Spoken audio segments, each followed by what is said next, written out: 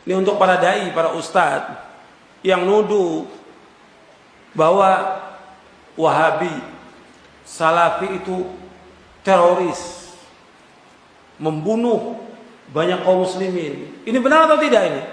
Ini tuduhan, menyakiti kaum muslimin, tuduhan-tuduhan ini.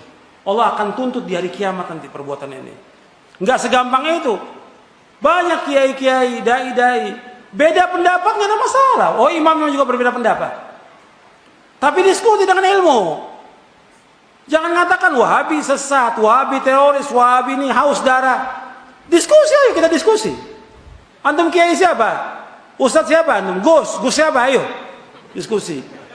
Tapi jangan nuduh, jangan nuduh. Haram hukum dalam Islam menuduh itu. Mengatakan sesat, mengatakan haus darah, teror, membunuh kaum muslimin. Dari mana antum tahu? Dari mana? Nggak baca, cuma kata orang. Dan semua riwayatnya bohong. Semua riwayat bohong. Dan ini kan yang pertama kali membuat seperti ini siapa? Pertama kali orang-orang Syiah. Yang pertama kali orang kafir. Kafir. Kemudian tuduh lagi yang lain. Ya tentang mereka menuduh Wahabi. Kalau ditanya Wahabi siapa itu Wahabi? Muhammad bin Al-Wahhab. Kamu tahu Muhammad bin Al-Wahhab dakwahnya dakwah tauhid, mengajak orang kepada kemurnian Islam, mengajak kepada Quran wa sunnah ala fahmi salaf, membersihkan umat supaya mereka memurnikan tauhid kepada Allah, menjauhkan syirik. Beliau ini seorang mujaddid, reformer abad ke-12. Dan juga kalau disebutkan pada Wahabi, kepada dia nggak cocok, karena Wahabi itu bapaknya Muhammad bin Abdul Wahhab, Muslim Muhammadi, bukan Wahabi.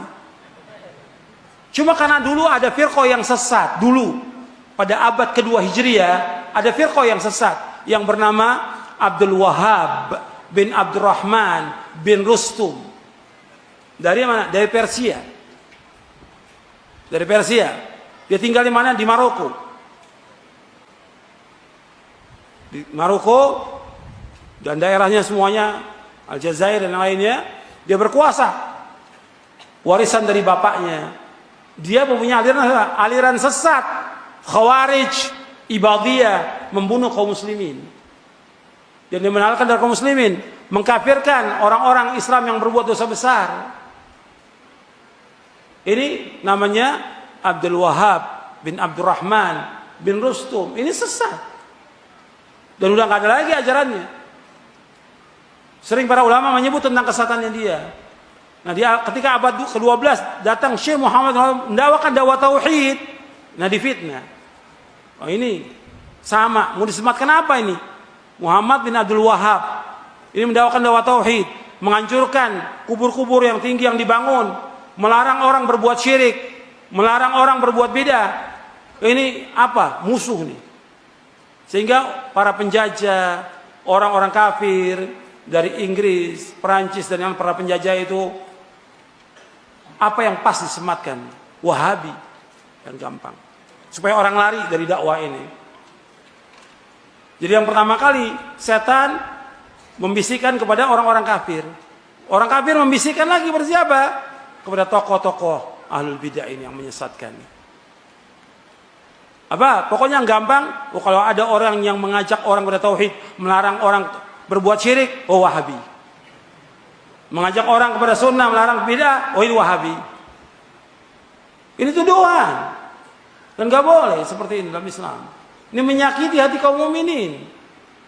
Apalagi menuduh Syekh Muhammad bin Wahhab, seorang mujaddid, orang soleh. Orang soleh. Antum bisa lihat dia orang baik, dipuji oleh para ulama seluruh dunia. Dan juga bagaimana? Dia dari buku-bukunya antum bisa tahu bagaimana kehidupannya dia. Bagaimana ilmunya, bagaimana dakwahnya. Jadi ini menyakiti yang seperti ini.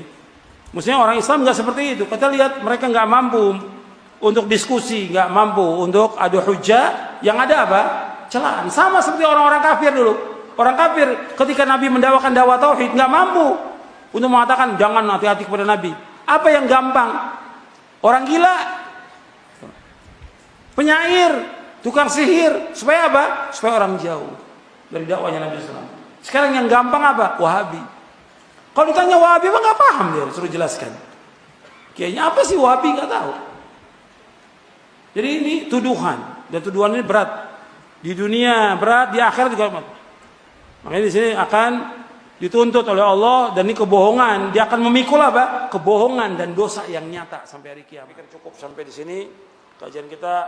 Wassalamualaikum warahmatullahi wabarakatuh.